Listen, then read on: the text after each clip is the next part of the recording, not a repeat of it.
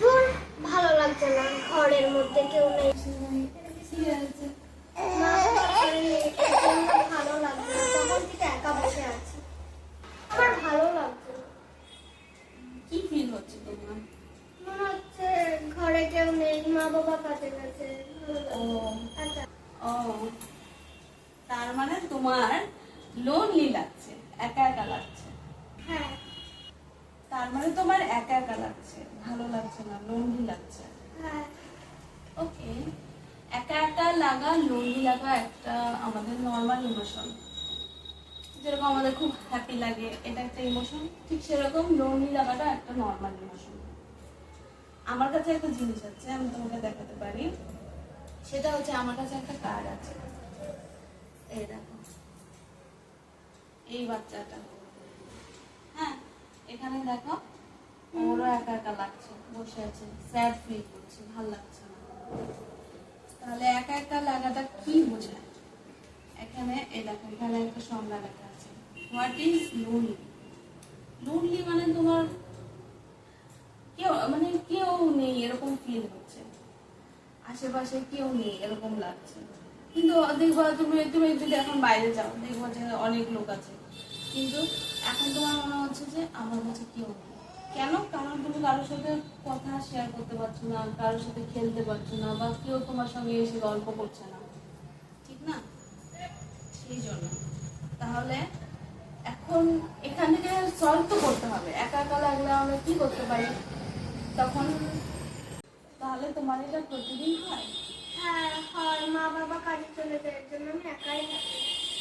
তোমার মা বাবা দুজনই কাজ করেন?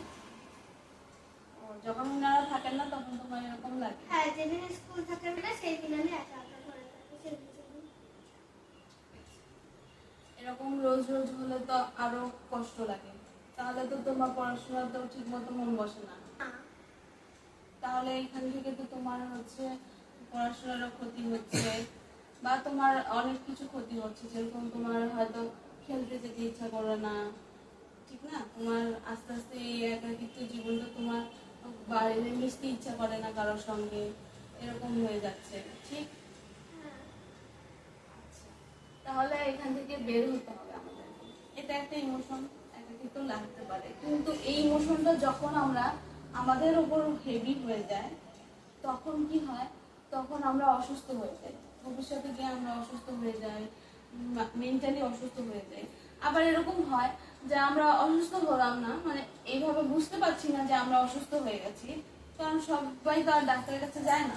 তখন দেখা যায় যে আমরা অসুস্থ হয়েছি কিনা এটা বোঝা যায় না। সেক্ষেত্রে আমাদের অনেক ক্ষতি হয়। যেরকম তুমি হয়তো একাকিত্ব থেকে তুমি পড়াশোনা ঠিক মতো মনোযোগ দিতে পারছো না, তো এরকম করে তোমার পড়াশোনা ভালো হচ্ছে না, মনটা খারাপ থাকছে সব সময়। তো সেই ক্ষেত্রে আমরা খুব সহজে এটা সলভ করতে পারি। সেই জন্য আমরা কি কি করতে পারি সেটা জানতে চাও তুমি? হ্যাঁ। তাহলে এই কার্ডে দেখো, এখানে লেখা আছে যে when we feel lonely we can play a game। তাহলে যখন তোমার একাকিত্ব লাগবে তখন তুমি একটা গেম খেলতে পারো, তোমার ফেভারিট কোনো বই পড়তে পারো, যেটা তোমার অনেক বই আছে, সেখান থেকে তুমি হয়তো কোনো গল্পের বই পড়লে বা লাগে তোমার। আমার কমিক্স বই পড়তে ভালো লাগে। আচ্ছা, তাহলে তোমার যখন এরকম একা একা লাগছে তখন তুমি কমিক্স বই পড়তে পারো। এরকম শুধু শুধু বসে না থেকে কমিক্স বই পড়লে বা কিছু খেললে, যেগুলো তুমি খেলতে পারো, কোনো গেম যেগুলো মেন্টাল গ্রোথ হবে, এরকম অনেক ধরনের খেলনা পাওয়া যায়, সেগুলো তুমি খেলতে পারো। আচ্ছা, তাহলে তুমি আরেকটা কাজ করতে পারো, সেটা হচ্ছে তোমার কোনো হবি।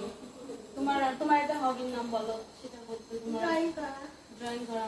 তাহলে তোমার যখন ভালো লাগছে না, একা একা লাগছে, তখন তুমি ড্রয়িং করতে পারো।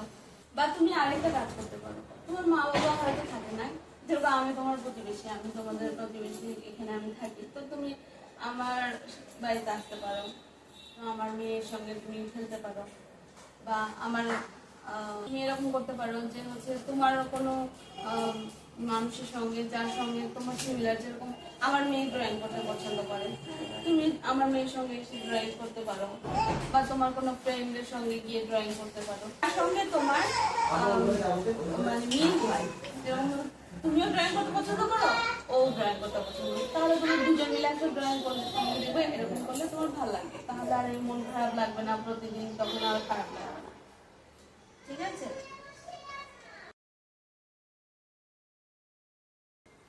এই ড্রয়িংটা করে আমার ভালো লাগছে, এখন আমার আর একাকিত্ব লাগছে না।